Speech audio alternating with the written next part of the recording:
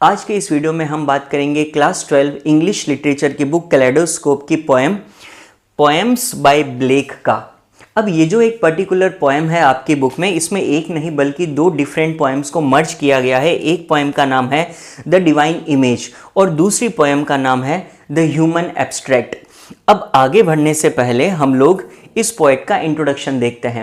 William Blake जो हैं, जिन्होंने ये पोएम लिखी है, वो ना सिर्फ एक पोएट थे बल्कि पेंटर और एनग्रेवर भी थे। यानी उन्हें पेंटिंग करने का भी शौक था और एनग्रेविंग यानी कि खुदाई करने का भी, जैसे पत्थर के ऊपर एनग्रेविंग करके कुछ लिखना या फिर इस प्रकार की कला बनाना जिसमें कुछ एनग्रेविंग की गई हो, उसके वो काफ़ी शौकीन थे। He abhorred rationalism and materialism of his times. अब देखिए, इस पोएट की ये जो दोनों पोएम्स है, अगर आप इसका सारांश समझना चाहते हो तो उसके लिए आपको इन दोनों टर्म्स को समझना पड़ेगा। इसमें कहा गया है कि ही एबहोर्ड मतलब उन्हें नापसंद था, वो नफरत करते थे रैशनलिज्म से और मेटीरियलिज्म से। अब ये दोनों क्या चीज़ें हैं देखिए। रैशनलिज्म एक थ्योरी होती है जिस थ्योरी में कहा जाता है वो लोग जो प्रैक्टिकल बातें करते हैं, जो साइंस में बिलीव करते हैं, जो तर्क संगत वैल्यूज़ में मानते हैं, जो धार्मिक मान्यताओं में कम माने या जो इमोशंस को कम वैल्यू दे, उन्हें रैशनलिस्ट कहा जाता है। तो वो सारे लोग जो साइंस की प्रैक्टिकलिटी की बातें करते हों, धार्मिक मान्यता और इमोशंस के ऊपर कम फोकस करते हों, उन्हें रैशनलिस्ट कहा जाता है। तो विलियम ब्लेक के समय बहुत सारे ऐसे लोग थे जो साइंस की बातें करने लगे थे, जो रिलीजियस या नॉन रैशनल बातों को कम पसंद करते थे, उन्हें रैशनलिस्ट कहा जाता था। और मेटीरियलिज्म कहा जाता है एक ऐसी थ्योरी को जिसमें इंसान मेटीरियलिस्ट हो जाता है, यानी कि एक tendency to consider material possessions and physical comfort more important than spiritual values. जब आप स्पिरिचुअल वैल्यूज से ज़्यादा इंपॉर्टेंस देने लगते हो मेटीरियल चीज़ों को, फिजिकल कंफर्ट को, जब आप ज़्यादा पैसा चाहते हो, ज़्यादा बड़ा घर, ज़्यादा बड़ी गाड़ी चाहते हो और स्पिरिचुअल वैल्यूज़ को ज़्यादा इंपॉर्टेंस नहीं देते, आपको लगता है कि पैसे कमाना, ज़्यादा से ज़्यादा चीज़ें इकट्ठे करना ही सक्सेस का सिंबल होता है, तो उसे मेटीरियलिस्ट होना कहते हैं। तो विलियम ब्लेक के टाइम्स में बहुत सारे ऐसे लोग थे जो साइंस को ज़्यादा इंपॉर्टेंस देने लगे थे, जो मेटीरियलिस्ट होने लगे थे। वो लोग इमोशन को और रिलीजन से जुड़ी चीज़ों को कम इंपॉर्टेंस देते थे। उन लोगों को विलियम ब्लेक पसंद नहीं करता था। तो अक्सर इनकी पोएम में हमें ऐसा देखने को मिलता है कि विलियम ब्लेक रैशनलिस्ट और मेटीरियलिस्ट लोगों को हाईली क्रिटिसाइज करते हैं। What he saw and painted were human beings beset with evil, yet striving for the divine। आप जब इनकी पोएम्स पढ़ेंगे तो आपको पता चलेगा विलियम ब्लेक का ये कहना था कि हम ह्यूमंस डिवाइन होते हैं। वो हर इंसान में वो गुण तलाशने की कोशिश करते हैं जो इंसान को भगवान के बराबर बना देती है। वहीं उनका ये भी मानना था कि हर इंसान के अंदर ईविल भी होता है, बुराई भी होती है।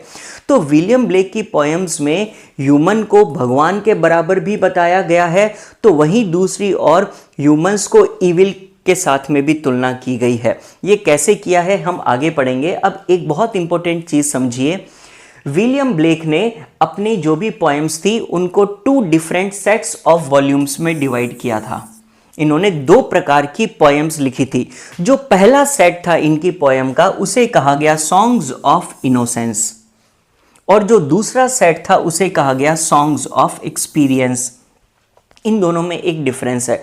सॉन्ग्स ऑफ इनोसेंस में विलियम ब्लेक ने वो सारी पोएम्स लिखी थी जिसमें ह्यूमन को डिवाइन से कंपेयर किया गया है, जिसमें यह कहा गया है कि ह्यूमंस में एक इनोसेंस होती है। इनोसेंस का मतलब होता है एक मासूमियत होती है, वो गलत नहीं होते। हम ह्यूमन ही इंसान जो हैं वो भगवान के बराबर होते हैं। हमें वो क्वालिटीज़ होती है जो हमें भगवान के बराबर बना सकती है। एक प्रकार से देखा जाए ना तो ये चाइल्डहुड की सी बात करते हैं। सॉन्ग्स ऑफ इनोसेंस में एक इंसान में जो बच्चे की तरह मासूमियत होती है उसका जिक्र किया गया है। इसमें बताया गया है कि हम ह्यूमंस भगवान से कम नहीं हैं। और वहीं दूसरी ओर जो दूसरा सेट है सॉन्ग्स ऑफ एक्सपीरियंस, इस सेट में उन्होंने वो सारी पोएम्स लिखी थी जो इंसान को ईविल बताती है, जो ये बताती है कि इंसान भगवान तो छोड़ो एक राक्षस के बराबर भी हो सकता है।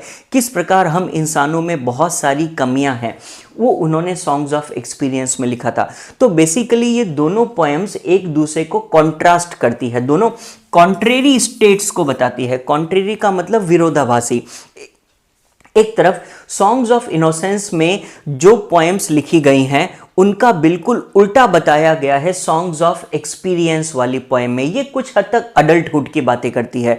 तो किस प्रकार चाइल्डहुड में होती है मासूमियत और अडल्टहुड में हम लोग थोड़े से इविल हो जाते हैं, ये चीज़ बताने के लिए विलियम ब्लेक ने ये वाली पोएम लिखी है। तो आपको जो पहली पोएम दी गई है बुक में, द डिवाइन इमेज, वो सॉन्ग्स ऑफ इनोसेंस में से ली गई है, और वहीं जो दूसरी पोएम है द ह्यूमन एब्स्ट्रैक्ट, वो सॉन्ग्स ऑफ एक्सपीरियंस से ली गई है। तो हम देखेंगे कि किस प्रकार ये दोनों पोएम एक दूसरे के ऑपोजिट व्यूज को हमें देती है। तो अब देखिए एक बड़ी इंपॉर्टेंट चीज, विलियम ब्लेक ने ये जो पोएम्स है वो सिंपली किसी पेपर पर लिखी नहीं थी, बल्कि उसने उन्हें ड्रॉ किया था। जैसा हमने बताया कि विलियम ब्लेक एक आर्टिस्ट थे, एक पोएट थे, एक एनग्रेवर भी थे। तो ऐसे में जब उन्होंने ओरिजिनली इस दोनों पोएम्स का ड्राफ्ट लिखा था तो उसको कुछ इस प्रकार लिखा था। आप देखिए यह है द डिवाइन इमेज और यहाँ पर है the human abstract. The divine image में एंजल्स का यूज किया गया है, जैसे भगवान के फरिश्ते हो, जो फरिश्ते इंसान को भगवान से जोड़ते हैं, उनका इस्तेमाल किया गया था। बिकॉज ये जो डिवाइन इमेज है यहाँ पर इंसान की इनोसेंस बताई गई है। वहीं दूसरी ओर जो पोएम थी वहां पर इंसान को एक ईविल के रूप में दिखाया गया है कि किस प्रकार यहाँ पर एक हरे भरे से लुक को बताया गया है ब्राइट, और यहाँ पर एक डार्क कॉन्ट्रास्ट यूज किया गया है कि किस तरीके से ह्यूमंस एक ट्री की तरह होते हैं विच इज बिसेट विद इविल, जिसमें इविल भरा हुआ है, जिसमें बुराइयां भरी गई है। यहाँ पर एक ब्राइट कलर है और यहाँ पर एक डार्क कलर है जो इंसान की डार्क साइड को बताता है। तो इस प्रकार उसने इन दोनों को ड्रॉ किया था। अब देखिए इस चैप्टर में, इस पर्टिकुलर पोएम के अंदर 4 ऐसे वर्ड्स हैं जो आपको रिपीटेडली यूज किए जाएंगे, जिसको सबसे ज्यादा विलियम ब्लेक ने प्रयोग लिया है। और ये चारों वर्ड्स हैं mercy, pity, peace and love. ये चारों बेसिकली क्रिश्चियन वैल्यूज भी कही जा सकती है, बिकॉज विलियम ब्लेक एक बहुत ही रिलीजियस पर्सन थे, वो काफ़ी धार्मिक मान्यताएं रखते थे। तो उन्होंने बताया कि क्रिश्चियनिटी में किस प्रकार इन 4 चीज़ों को सबसे ज़्यादा इंपॉर्टेंस दी गई है, और यही उनके इस पोएम का बेड रॉक है। इसी बेस पर उन्होंने अपनी पोएम्स को लिखा है। तो अब इन चारों का क्या मतलब है ये हम पहले ही समझ लेते हैं, ताकि जब पोएम में बार बार ये वर्ड्स रिपीट हो तो आपको कंफ्यूजन ना हो। सबसे पहली चीज जो अपनी वो पोएम में कहते हैं वो चीज है मर्सी।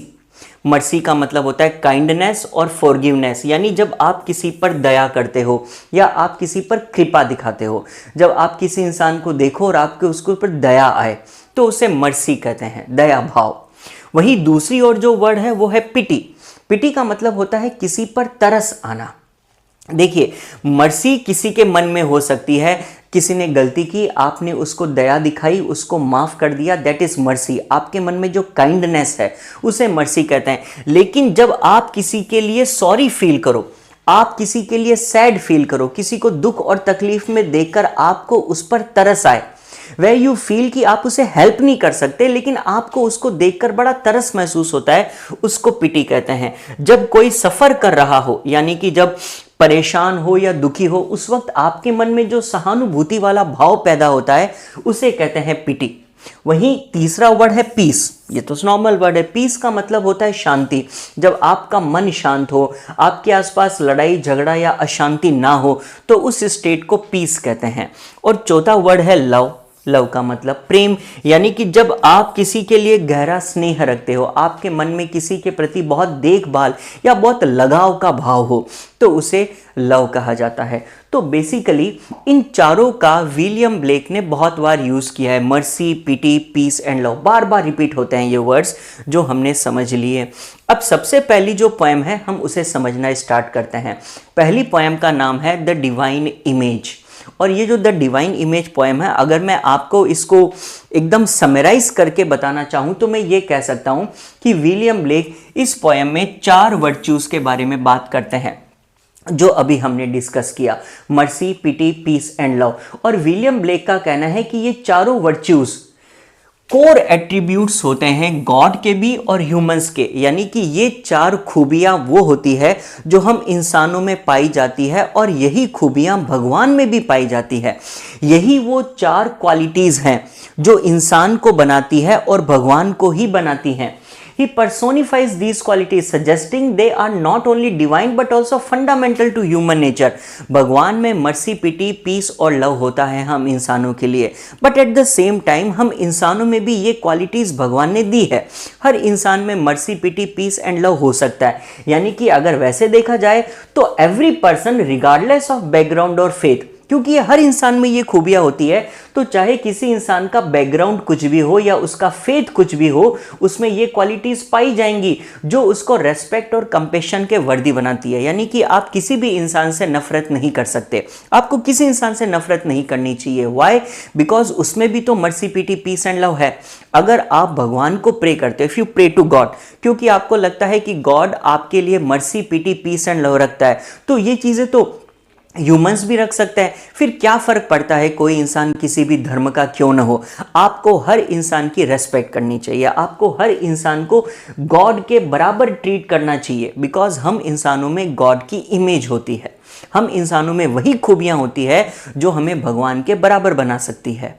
तो ऐसे में ये इसका एक जनरल मैसेज था, मैंने इसको यहाँ पे हिंदी में भी लिखा है, अगर आप चाहें तो इसको हिंदी में भी पढ़ सकते हैं। अब इसके बाद में हम इस पोएम का लाइन बाय लाइन एक्सप्लेनेशन लेते हैं, जिससे आपको ये सारा सीन क्लियर हो जाएगा। चलिए स्टार्ट करते हैं। पहला स्टेंजा कहता है, to mercy, pity, peace and love all pray in their distress and to these virtues of delight return their thankfulness. Blake कहते हैं कि जब भी हम डिस्ट्रेस में होते हैं, परेशानी में होते हैं, तो हम भगवान के पास जाते हैं और भगवान से क्या मांगते हैं, क्या प्रे करते हैं कि हे भगवान हमें mercy, pity, peace and love show करो, हमारे प्रति दया दिखाओ, हमें पीस और लव दो। देखिए एक्सप्लेनेशन में लिखा गया है, people pray for mercy, pity, peace and love specially when they are troubled. जब भी हम मुसीबत में होते हैं, भगवान के पास जाकर मर्सी, पिटी, पीस और लव ही तो मांगते हैं। और जब हमें ये भगवान से मिल जाता है, जब भगवान हमें मर्सी दिखाते हैं, पिटी दिखाते हैं, पीस और लव दिखाते हैं, when they get these virtues they feel grateful and thankful, तो हम वापस भगवान के पास में जाते हैं और भगवान के प्रति थैंकफुल होते हैं। यानी हम भगवान को थैंकफुलनेस रिटर्न करते हैं और हम भगवान को क्या कहते हैं कि आपने हमें जो mercy, pity, peace and love दिखाया उसके लिए हम आपके ग्रेटफुल हैं। यानी कि हम भगवान के पास में मुसीबत में होने पर जाकर यही मांगते हैं, और जब हमें ये मिल जाता है तो हम इसी चीज़ के लिए भगवान को वापस थैंकफुल भी हो जाते हैं। नेक्स्ट स्टेंजा में देखिए, for mercy, pity, peace and love is God our father dear and mercy, pity, peace and love is man his child and care. यहाँ पे दो लाइन तो तकरीबन एक जैसी है, for mercy, pity, peace and love and mercy, pity, peace and love. यहाँ पर ब्लेक कहते हैं कि mercy, pity, peace and love ये चार ऐसी क्वालिटीज़ हैं जो गॉड को हमारे पिता के समान बनाती है। Is God our father dear. जब हम गॉड में ये क्वालिटीज़ सर्च करते हैं और ये क्वालिटीज़ हमें गॉड में मिलती है तो हमारे पिता के समान हो जाते हैं, क्योंकि एक बच्चा अपने पिता से यही तो मांगता है। और अगर गॉड हमारे पिता बन गए तो हम तो गॉड के ही चाइल्ड है ना। देखिए लिखा है ना हिज चाइल्ड, और हिज का एच कैपिटल है, मतलब वो गॉड को डिनोट करता है। हम यानी कि मैन हिज चाइल्ड है, तो जब भगवान हमारे पिता के समान है तो हम भगवान के बच्चे हुए। यानी कि mercy, pity, peace and love तो फिर हम में भी होना चाहिए। अगर हम गॉड के ही बच्चे हैं और गॉड से ही हम बने हैं, तो अगर mercy, pity, peace and love God में है तो mercy, pity, peace and love तो हम में भी होना चाहिए।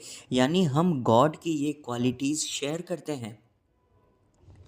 Four, mercy has a human heart, pity a human face and love the human form divine and peace the human dress. अब हम ये प्रूव करेंगे कि हम भगवान के बच्चे हैं तो हमें ये क्वालिटीज़ कैसे आ गई। अगर आप ये कहते हो कि mercy, pity, peace and love humans में भी होता है तो हम प्रूव कर देते हैं। देखिए कैसे, mercy has a human heart, जब हम किसी के प्रति दया दिखाते हैं तो वो दया हमारे हार्ट से निकलती है। यानी कि मर्सी तो ह्यूमन हार्ट में होती है। पिटी ए ह्यूमन फेस, इसका मतलब हुआ कि पिटी यानी कि जब हम किसी पर तरस खाते हैं, जब हम किसी पे दया दिखाते हैं तो वो हमारे चेहरे पर दिखती है। जब हम किसी के प्रति दया का भाव रखते हैं तो हमारे चेहरे पर अपने आप दया वाले एक्सप्रेशंस आ जाते हैं। यानी कि मर्सी हमारे हार्ट में रिसाइड करती है और पिटी हमारे फेस में है। और वहीं love the human form divine, और ये लव क्या है, ये लव ह्यूमन फॉर्म है, हम इंसानों का आकार ही लव है और यही आकार हमें डिवाइन भी बना देता है। यानी कि हम लोग तो लव से ही बने हैं, हमारी पूरी फॉर्म, हमारा आकार, हमारा शरीर लव है। और पीस द ह्यूमन ड्रेस, और पीस क्या है, पीस एक ह्यूमन ड्रेस की तरह, यहाँ पर ड्रेस का मतलब होता है आवरण जिसे हम पहनते हैं, यानी कि हमारा लोगों के प्रति behaviour, the way we live और एक्ट, यानी कि हम इंसानों का बाकी दुनिया को जो आवरण नज़र आता है वही तो पीस है। जब कोई इंसान पीसफुल होता है तो ये उसके बिहेवियर में दिखता है, यानी कि हमारा बिहेवियर पीस को बताता है, हमारी ह्यूमन फॉर्म लव को बताती है, हमारे चेहरे पर पिटी दिखती है और हमारे हार्ट में मर्सी रहती है। तो अगर ये क्वालिटीज़ हम में है तो इसका तो सीधा सा मतलब यही हुआ कि हम भी डिवाइन हैं, क्योंकि हम गॉड के बच्चे हैं और ये डिवाइन क्वालिटीज़ हम में भी आ गई। अब अगर हम भी डिवाइन हैं तो then every man of every clime that prays in his distress prays to the human form divine. अगर हम ही डिवाइन है तो इसका मतलब जब हम गॉड को जाकर प्रे कर रहे होते हैं mercy pity peace and love के लिए, तो प्रे करने की क्या ज़रूरत है। जब हम गॉड से डिस्ट्रेस में प्रे करते हैं तो एक्चुअली हम खुद को ही प्रे कर रहे हैं। We are praying to the human form divine, हम इंसान को डिवाइन बना चुकी है mercy pity peace and love. तो जब हम गॉड को प्रे कर रहे हैं तो बेसिकली हम ह्यूमन फॉर्म जो डिवाइन है उसी को प्रे कर रहे हैं।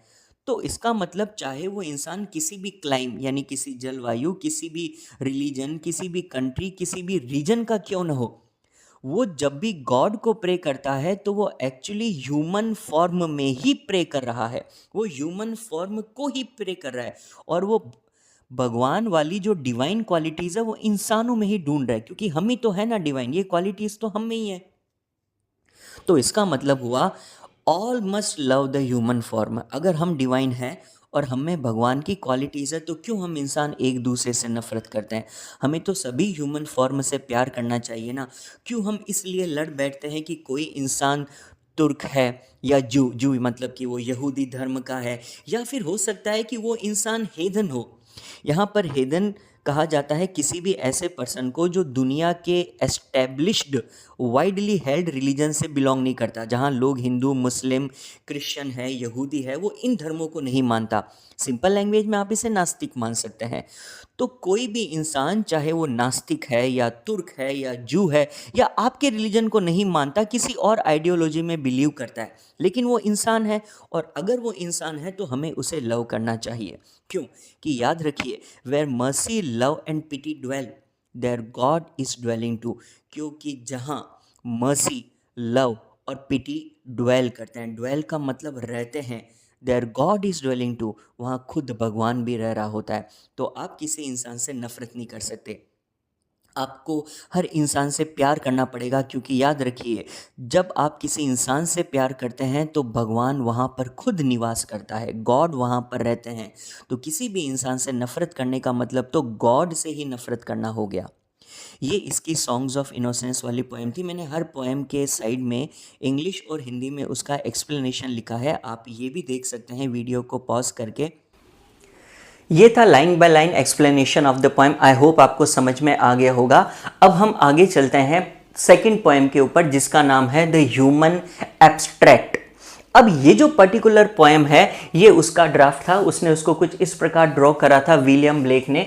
अब यहाँ पर देखिए, अभी आपने जो पोएम पढ़ी उसका एक कॉन्ट्रास्टिंग पर्सपेक्टिव दिया गया है, यानी उसका एक विरोधाभासी पहलू पेश किया गया है। ये जो पोएम है द ह्यूमन एब्स्ट्रैक्ट, ये बिल्कुल उल्टी बात करती है। जो पहली पोएम में हमने चीज़ें बोली उससे बिल्कुल विपरीत बात यहाँ पर की गई है। यहाँ पर बताया है कि किस प्रकार यही वर्च्यूज जो इंसान को भगवान के बराबर बनाते हैं, जैसे कि पिटी या mercy, arise because there is suffering and injustice in the world. अभी तक वो कह रहा था कि इंसान को भगवान के बराबर बना देते हैं ये वर्च्यूज, लेकिन अब वो कह रहा है कि यही वर्च्यूज इंसान की सफरिंग का कारण है, यही वर्च्यूज इनजस्टिस का कारण भी है। वो क्रिटिसाइज करता है कि किस प्रकार कुछ लोग इन्हीं क्वालिटीज की आड़ में twisted and exploited by human selfishness, कुछ लोग इन्हीं क्वालिटीज की आड़ में अपना सेल्फिश होना दिखाते हैं, कुछ लोग इन्हीं को यूज करके हिपोक्रेसी दिखाते हैं। मतलब कि एक प्रकार से देखा जाए ना तो विलियम ब्लेक कहते हैं कि कुछ लोगों ने धर्म की आड़ में एक रहस्यवाद स्थापित किया है, जिसकी आड़ में वो इंसानों को मैनिपुलेट करने लगे हैं, वो इंसानों का फायदा उठाने लगे हैं। और यही चार क्वालिटीज जो उस इंसान को भगवान के बराबर बना सकती थी, इन्हीं चार क्वालिटीज का उन्होंने गलत इस्तेमाल किया है। एक प्रकार से आप कह सकते हो एक फॉल्स ह्यूमिलिटी बनाई गई है, एक हिडन क्रूएलिटी है। यानी कि ये वर्च्यूज जो इंसान को अब तक भगवान बना रहे थे, यही वर्च्यूज इंसान को इविल भी बना सकते हैं। किस प्रकार इंसान कभी दिखावा करता है, mercy pity peace and love की आड़ में वो दूसरों को उल्टा परेशान करने लगता है, वो क्रूवल हो जाता है, निर्दयी हो जाता है, सिर्फ अपना फायदा सोचने लगता है और बाकी सबके लिए सफरिंग पैदा कर देता है। अब ये चीज कैसे उसने बताई है, ये समझने के लिए हम देखेंगे इसका लाइन बाय लाइन एक्सप्लेनेशन। जो इसकी सेकंड पोएम है, अब देखिए हम उसे कैसे समझ सकते हैं। पहला स्टेंजा कहता है, pity would be no more if we did not make somebody poor and mercy no more could be if all were as happy as are. जहां द डिवाइन इमेज में ब्लेक कहते हैं कि हम सब लोग ही डिवाइन है, यानी भगवान तो इंसान के अंदर होता है। लेकिन यहां पर ब्लेक कहता है कि आप एक बात सोचिए, अगर कोई भी पुअर होता ही नहीं तो फिर हमें पीटी दिखाने की जरूरत नहीं पड़ती ना। लेकिन हमने खुद लोगों को पुअर बनाया है, लोग हमारी ही तरह खुश नहीं हैं, इसीलिए तो हम उनको मर्सी दिखा रहे हैं। लोग हमसे माफी मांगते हैं, फिर हम उन्हें मर्सी दिखाते हैं। लेकिन हम इंसानों को ऐसी पोजीशन में लेकर ही क्यों आए कि उन्हें माफी मांगनी पड़े? हमने लोगों को पुअर ही क्यों बनने दिया कि बाद में हम उन्हें पीटी दिखाएं? यानी ये ठीक है कि हम उन्हें मर्सी या पीटी दिखाते हैं, लेकिन हमने दूसरे लोगों को इस सिचुएशन में पुश किया है, हमने लोगों को ऐसी स्थिति में लाया जहां पर वो परेशान हो और फिर हम उन्हें पीटी और मर्सी दिखाने के लिए आ जाते हैं। And mutual fear brings peace till the selfish loves increases. यहाँ पर ब्लेक कहते हैं कि अगर हम आपस में पीस भी रखते हैं ना, तो सिर्फ इसलिए रखते हैं क्योंकि हम डरते हैं, हमारे अंदर डर है। म्यूचुअल फियर यानी आपसी डर बैठा हुआ है हमारे अंदर। हम तभी तक पीसफुल रहते हैं जब हम सामने वाले इंसान से डरते हैं और हमें लगता है कि वो हमसे ज़्यादा पावरफुल है, हम उसका कुछ नहीं बिगाड़ पाएंगे। यानी कि पीस अगर आज धरती पर है तो वो डर की बदौलत है, यानी कि हमने डर पैदा किया पीस दिखाने के लिए। और जब हम ये सब चीजें करने लगते हैं तो हमारे अंदर स्वार्थ पैदा होता है। ब्लेक का सिंपल सा रूल यह है कि हम सब लोग सेल्फिश है, हमारा लव सेल्फिश है, हम में स्वार्थ भरा हुआ है। और जब ये स्वार्थ बहुत ज्यादा बढ़ जाता है ना, तो फिर पैदा होती है क्रूरता। देखिए, स्वार्थ हमेशा क्रूरता को पैदा करता है। स्वार्थ की वजह से ये जो क्रूअल्टी है, निट्स ए स्नैर, स्नैर का मतलब जाल और निट का मतलब बुनना। स्वार्थ की वजह से, सेल्फिशनेस की आड़ में ये लव अपनी क्रूरता का एक जाल बुनता है और लोगों को उस जाल में फंसाने के लिए spreads his baits with care, बड़ी सावधानी से, बड़ा सीक्रेटली अपने प्रलोभन फैलाता है। बेट का मतलब लोगों को जाल में फंसाने के लिए दिया गया प्रलोभन, लालच, टेम्पटेशन।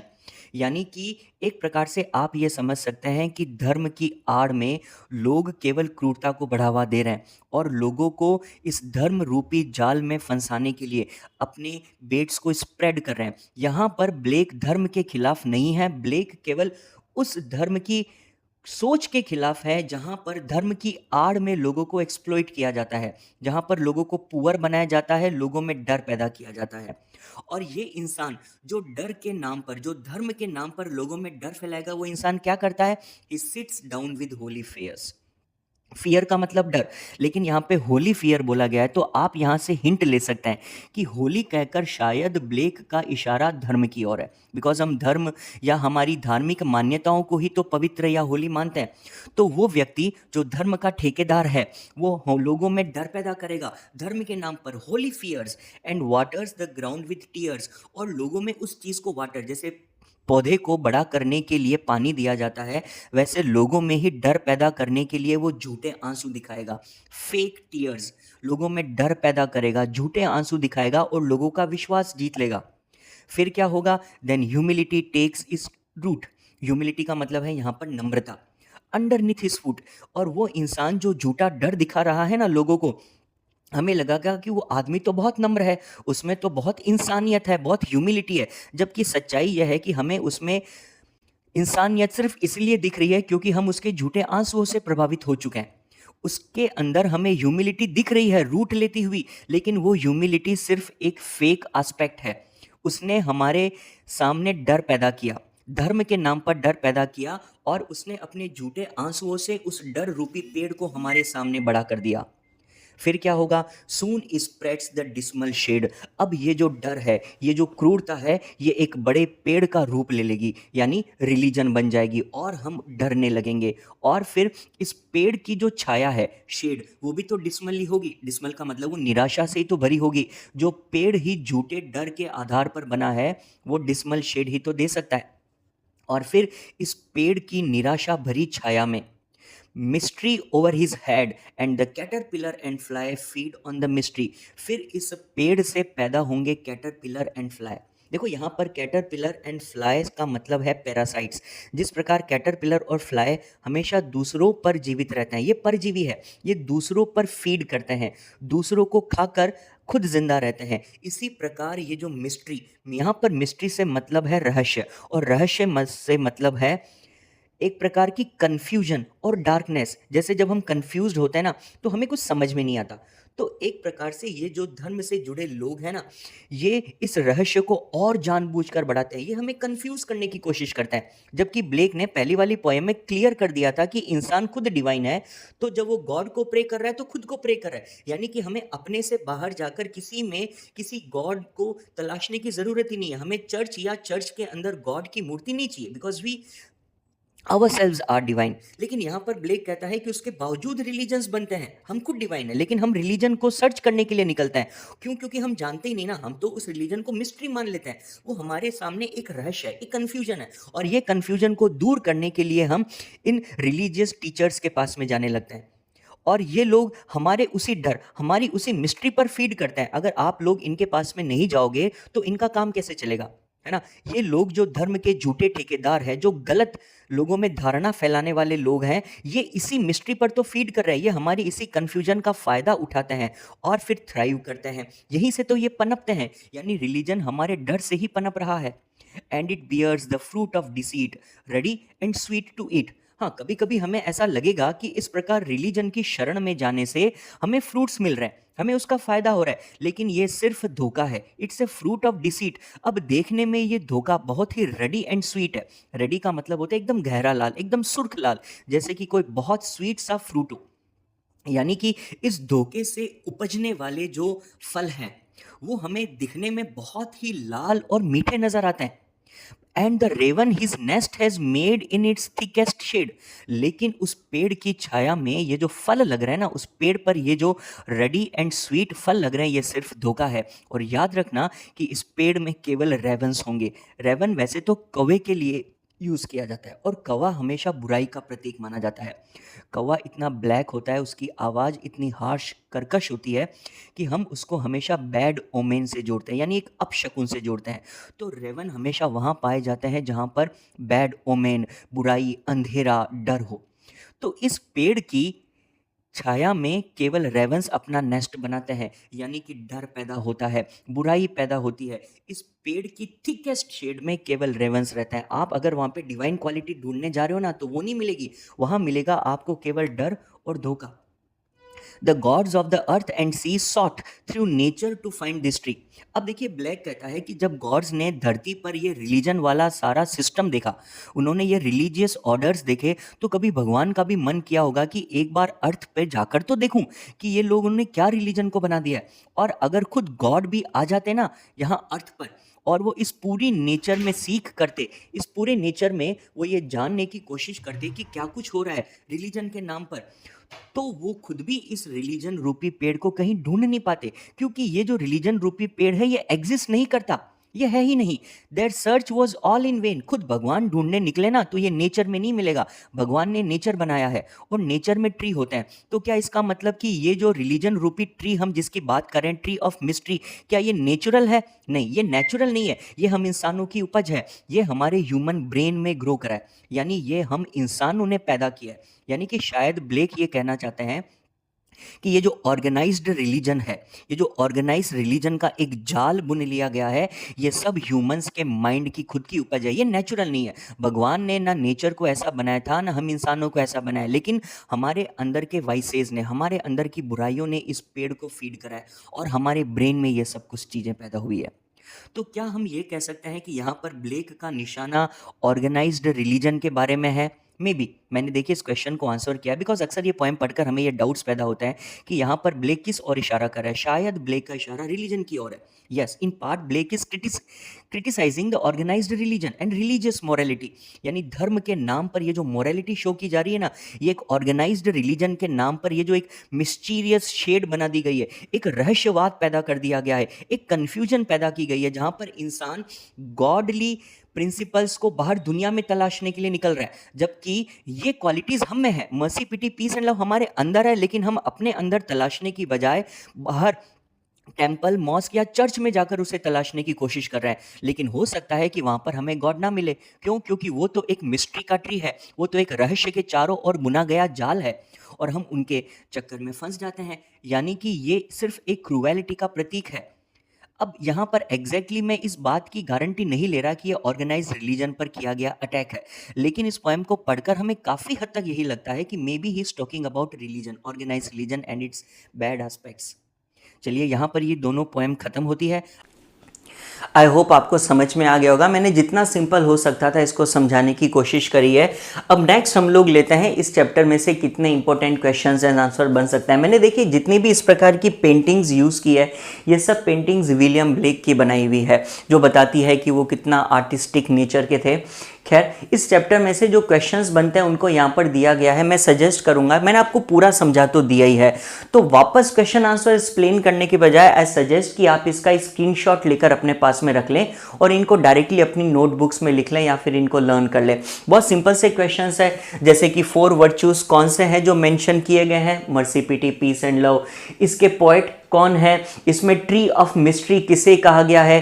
ट्री ऑफ मिस्ट्री का मतलब है नेगेटिव क्वालिटीज, जैसे कि हिपोक्रेसी यानी कि झूठा दिखावा या क्रूवल्टी, या फिर ब्लेक ने ह्यूमन फॉर्म डिवाइन किसे बोला है, या फिर ह्यूमिलिटी और ह्यूमन एब्स्ट्रैक्ट का यहाँ पर क्या सिग्निफिकेंस है। ये सारे क्वेश्चंस है जो इस पोएम में से बनते हैं। फिर हम कुछ शॉर्ट क्वेश्चंस की बात करेंगे, जैसे कि ब्लेक ने ऐसा क्यों कहा कि mercy has a human heart, या फिर फ्रूट ऑफ डिसीट, डिसीट का मतलब धोखा, यहां पर फ्रूट ऑफ डिसीट का क्या मतलब है? बड़ा सिंपल सा आंसर है, फ्रूट ऑफ डिसीट का मतलब है डिसऑनेस्टी एंड करप्शन। तो इस प्रकार से जो क्वेश्चंस इस चैप्टर में से बन सकते हैं वो मैंने आपको यहां दिए हैं, आप इसका स्क्रीनशॉट लेकर अपने पास में रख सकते हैं। फाइनली इसमें 2 लॉन्ग आंसर क्वेश्चंस बनते हैं। जैसे पहला question, the most important one, वो है compare and contrast the portrayal of virtues in the divine image and the human abstract. Virtues remains the same. Virtues है mercy, pity, peace and love. The divine image में उसने इन चारों को किस प्रकार पेश किया और द ह्यूमन एब्स्ट्रैक्ट में उन्हें इन्हीं चारों वर्च्यूज को कैसे पेश किया, उनमें क्या कॉन्ट्रास्ट है, वो यहां पर समझाने के लिए कहा गया है। तो आप इसका स्क्रीनशॉट ले सकते हैं। और ब्लेक ने द ह्यूमन एब्स्ट्रैक्ट में किस सोशल क्रिटिसिज्म की बात करी है, जैसा कि हमने डिस्कस किया कि उन्होंने रिलीजन और अथॉरिटी को क्रिटिसाइज करने की कोशिश की गई है, तो वो मैंने इसमें आंसर लिख दिया। ये एक परफेक्ट आंसर है जो इस क्वेश्चन का बन सकता है, आप इसे देख सकते हैं। फिर कुछ और क्वेश्चंस है, जैसे ब्लेक ने किस प्रकार ह्यूमैनिटी और डिविनिटी के बीच कनेक्शन एस्टेब्लिश किया है, या फिर ब्लेक की जो पोएम है इसमें किस प्रकार 2 कॉन्ट्रास्टिंग व्यूज हमें देखने को मिलते हैं, ये आपसे स्क्रीनशॉट लेकर रख सकते हैं। फिर ये क्वेश्चंस इसमें और बन सकते हैं, ह्यूमन एब्स्ट्रैक्ट है, सोशल क्रिटिसिज्म, या आप देख लीजिएगा इसके पास में मैंने जितना ईजी हो सकते थे उतना ईजी इनके बारे में लिखा है। और इस पर्टिकुलर पोएम में से पिछले कुछ सालों में जो क्वेश्चंस पूछे गए हैं वो भी मैंने आपके लिए यहाँ पे लिए हैं। बड़े सिंपल क्वेश्चंस पूछे गए, जैसे explain why Blake says that mercy has a human heart, ये मैंने आपको एक्सप्लेन कर दिए हैं। ये क्वेश्चंस अब तक एग्जाम में पूछे गए हैं। और फाइनली मेरे हिसाब से अगले साल 2027 के बोर्ड एग्जाम्स में ये क्वेश्चंस अगेन पूछे जा सकते हैं। ये इंपॉर्टेंट क्वेश्चंस है, तो आप इनको देख लीजिएगा। इनका एक्सप्लेनेशन पोएम में और क्वेश्चन आंसर्स में ऑलरेडी आ चुका है, तो स्क्रीनशॉट लेकर इसको अपने पास में रख लीजिए, इनको ट्राई कीजिए। अगर आपको वीडियो अच्छा लगा तो इसको लाइक और शेयर कीजिएगा, और अगर आपको कोई भी डाउट है, कोई क्वेश्चन है, तो आप मुझे कमेंट्स में पूछ सकते हैं, मैं डेफिनेटली आपको रिप्लाई करूँगा। Thank you so much.